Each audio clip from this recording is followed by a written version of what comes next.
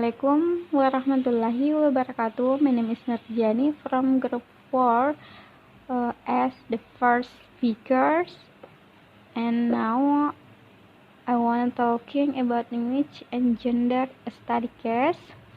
The first introduction. Observations of the differences between the way males and females speak were long restricted to grammatical features, such as the differences between masculine and feminine in morphology in male language.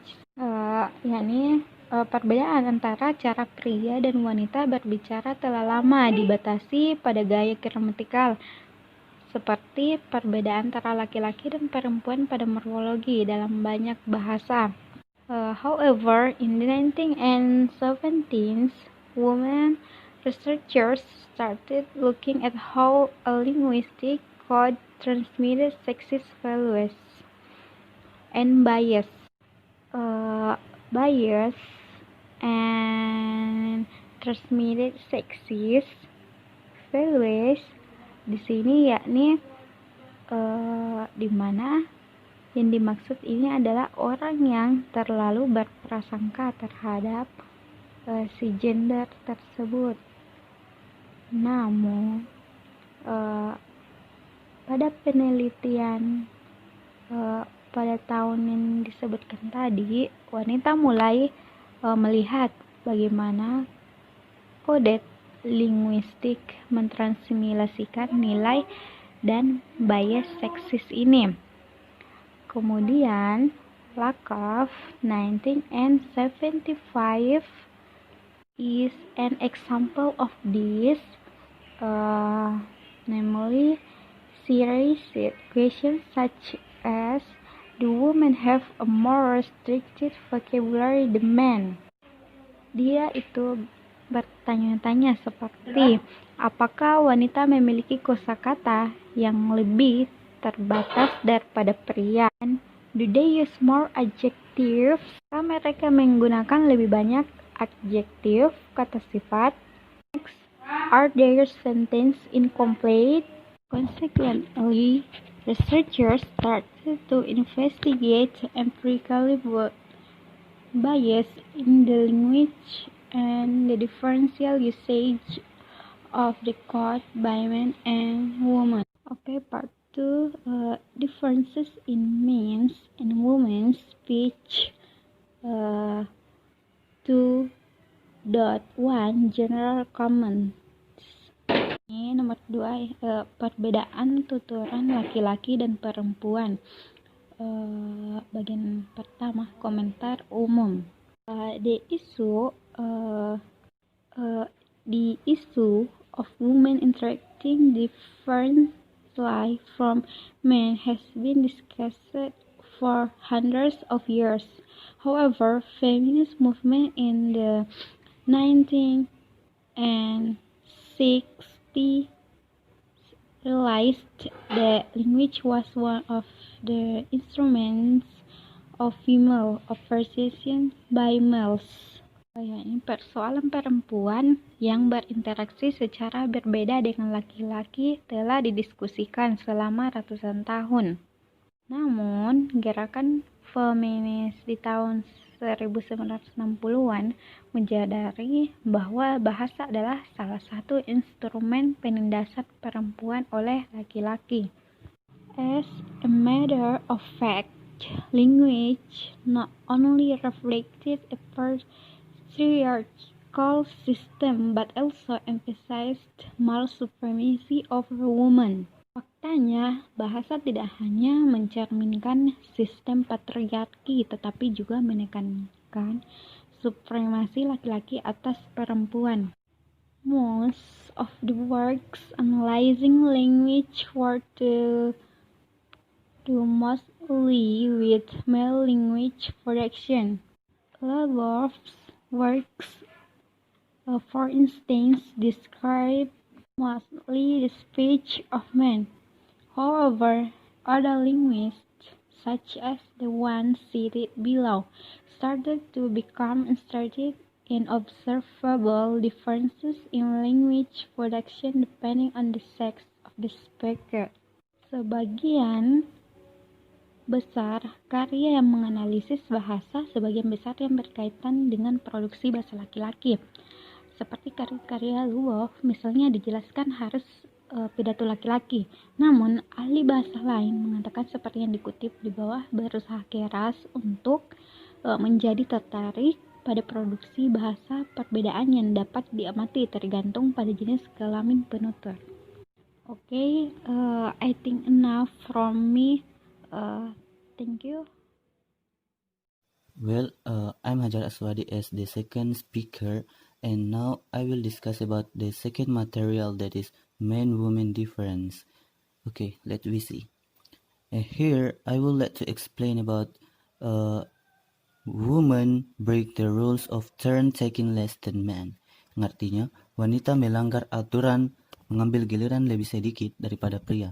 Artinya, dalam melanggar aturan, pria lebih banyak melanggar aturan daripada wanita. Then, studies in the area of language and gender often make use of two models or paradigms, that of dominance and that of difference. The first is associated with Dale Spender in 1980, Pamela Fishman in 1980 also, and then Zimmerman and Candace West in 1975, while the second is associated with Deborah Tennant in 1984. Dominance can be attributed to the fact that in mixed-sex conversation, men are more likely to interrupt than women. It used a fairly old study of a small sample of conversation recorded by John Zimmerman and Candace West at the Santa Barbara campus of the University of California in 1975. The subject of the recording were white and middle class. Zimmerman and West produced in evidence 31 segments of conversation. They report that in 11 conversations between men and women, men used 46 interruptions, but women only 2. Jadi, penelitian di bidang bahasa dan gender sering menggunakan dua model atau paradigma, yaitu dominasi dan perbedaan. Yang pertama dikaitkan dengan Dale Spender pada tahun 1980, Pamela Fishman pada tahun 1980, Don Zimmerman and Candace West pada tahun 1975, dan yang kedua dikaitkan dengan Deborah Tennant pada tahun 1984. Nah, dominasi yang pertama tadi itu dominasi dapat dikaitkan dengan fakta bahwa dalam percakapan seks campuran, pria lebih cenderung menyela daripada wanita. Dan penelitian ini menggunakan waktu yang cukup lama dan sampelnya dari percakapan kecil. Sampel ini direkam oleh Don Zimmerman and Candace West di kampus Santa Barbara dari University of California pada tahun 1975. Dan subjek rekaman mereka adalah orang yang berkulit putih dan dari kelas menengah. Zimmerman and West menghasilkan bukti sebanyak 31 segmen percakapan, dan mereka melaporkan bahwa dalam 11 percakapan antara pria dan wanita, pria menggunakan 46 interupsi dan wanita hanya menggunakan 2 interupsi. Atau artinya dalam penelitian mereka, pria dalam melanggar aturan sebanyak 46 kali, sedangkan wanita dalam melanggar aturan itu hanya 2 kali. Kemudian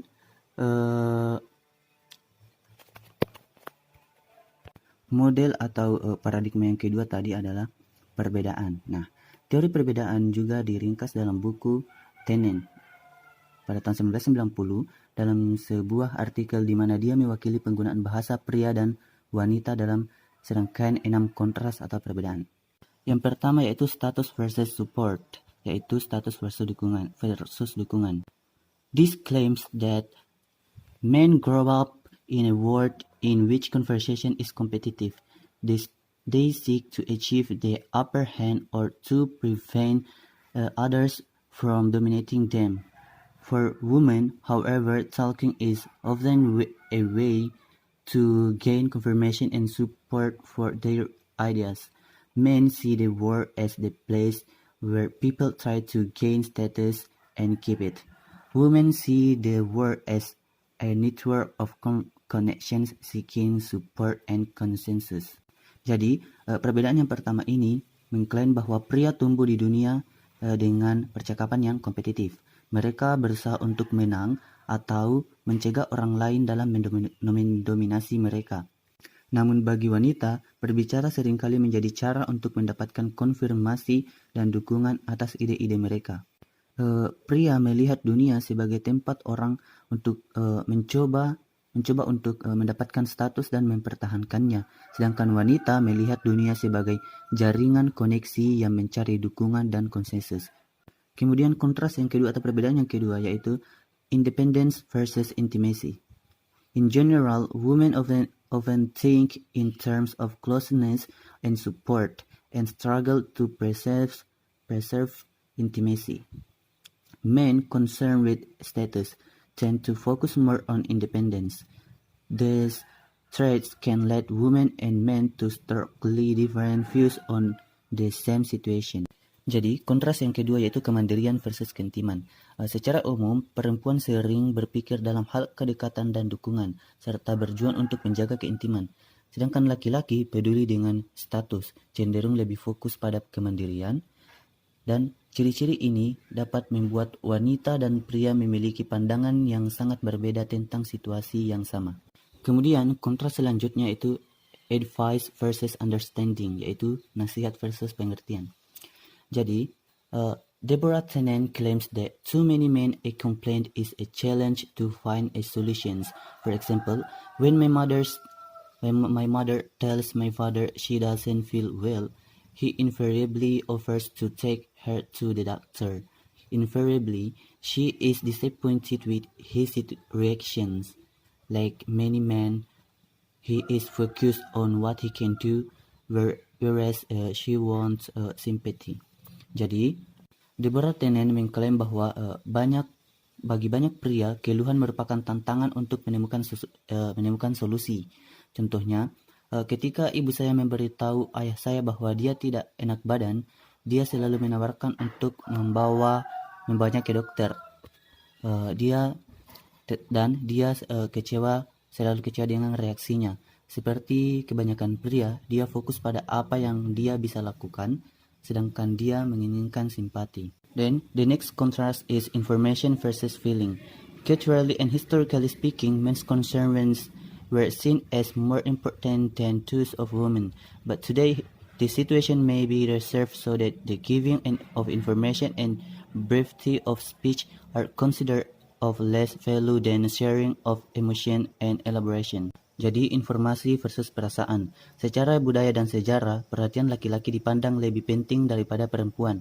Tetapi saat ini, situasi itu dapat dibalik, sehingga pemberian informasi dan singkatnya, pidato dianggap kurang bernilai daripada emosi dan elaborasi. Then the second contrast is orders and versus proposals. It is claims that women often suggest that people do things in direct ways, such as let's, why don't we, or would not it be good if we blah blah blah, and then men may use and prefer to hear a direct imperative. Jadi dikatakan bahwa wanita sering menyarankan agar orang melakukan sesuatu dengan cara tidak langsung. Jadi misalnya contoh mari, mengapa kita tidak, atau bukankah itu bagus jika kita bla bla bla begini. Sedangkan pria mungkin menggunakan dan dia lebih suka mendengar perintah langsung. Then the last contrast is conflict versus compromise, yaitu konflik versus kompromi. This situation can be clearly observed in work situation where a management decision seems unattractive. Men will often resist it vocally, while women may appear to accede but complain subsequently. In fact, this is a broad generalization, and for every one of Deborah Tennant opposition, we will know of men and women who are exception to the norm. Jadi, konflik versus kompromi. Situasi ini dapat diamati dengan jelas dalam situasi kerja di mana keputusan manajemen tampaknya tidak menarik. Laki-laki akan sering menolaknya secara vokal, sementara perempuan mungkin tampak setuju, tetapi setelah itu dia mengeluh. Sebenarnya, ini adalah sebuah generalisasi yang kuat, dan untuk setiap penentangan dari Deborah Tennant, kita akan mengetahui bahwa pria dan wanita merupakan pengecualian dari sebuah norma. I think that's all for me. The next material will be continued by my partner, and thank you. Assalamualaikum warahmatullahi wabarakatuh. My name is Mimi binti Ahmad as a third speaker. Here, I'm going to explain about women use more standard forms than men. In the literature, Churchill 1972 found a kind of gender differentiation for speakers of urban British English.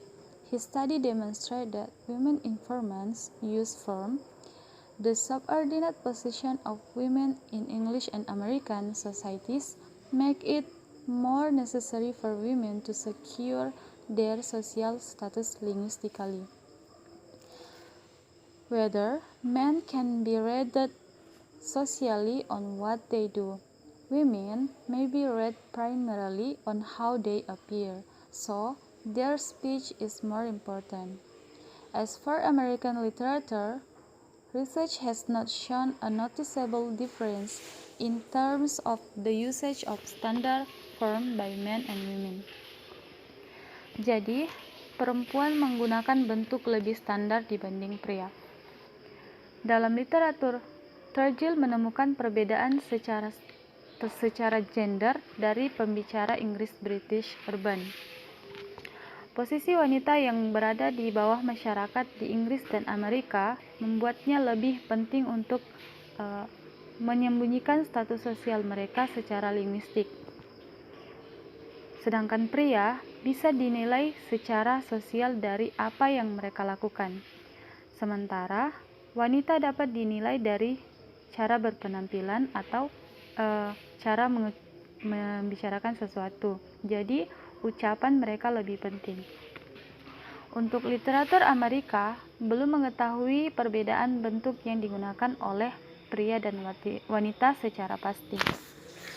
Okay, I think this is the end of my explanation. Thank you. Assalamualaikum warahmatullahi wabarakatuh. Assalamualaikum warahmatullahi wabarakatuh. My name is Nurul An-Nisa. I am going to explain about female and male exhibit. Female language general exhibit the following feature.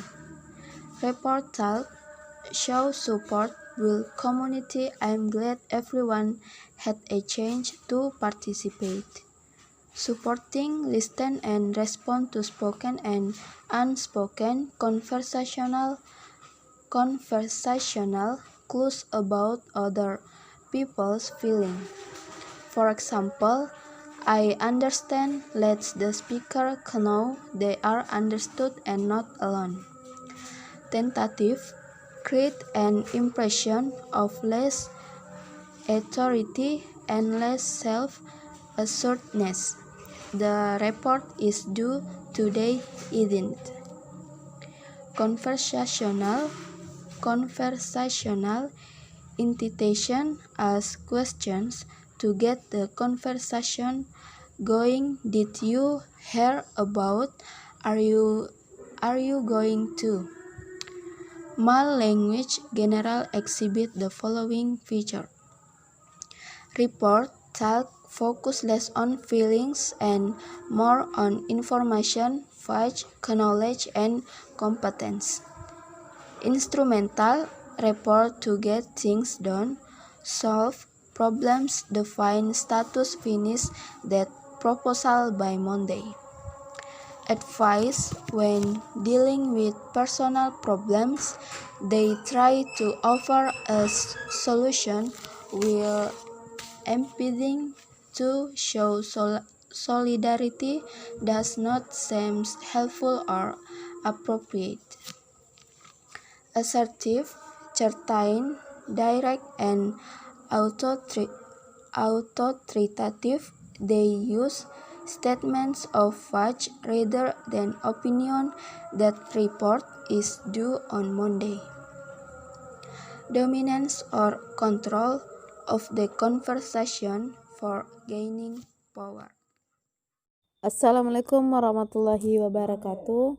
My name is Yunita. Now I'm going to be explain about lexical and semantic difference. Number 1, the different sexes have different interests and activities.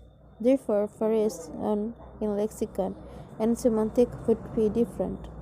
For example, women may have an interest in makeup, and so their lexicon will reflect this interest, e.g., browser, etc. Number 2, many have observed that women's language is characterized by an excessive use of hyperbole, exaggerations, especially in the form of interferes, e.g., oh my god. Number 3, women have been traditionally described as the stronghold of etiquette in opinions, e.g., sugar as opposite to sweet. Number 4, according to Timothy J. American English, speaking males swear about 3 times more frequently than females, and the use stronger obscenities. I think that's all for me. Wassalamualaikum warahmatullahi wabarakatuh. Assalamualaikum warahmatullahi wabarakatuh. My name is Nuraini Harum. I'm from Group 4 what to present material about conversational management. Conversational management, women are more likely to hold deeds of in a more reserved environment environment. Women generally ask more questions formed in conversational and in small linguistic headsets such as think and sort of more listening noise such as and more linguistic reports such as swimming and nudity. Some studies indicate that women are more linguistically supportive of interaction. They work harder to mount and hold the form with mean general introduce new topics.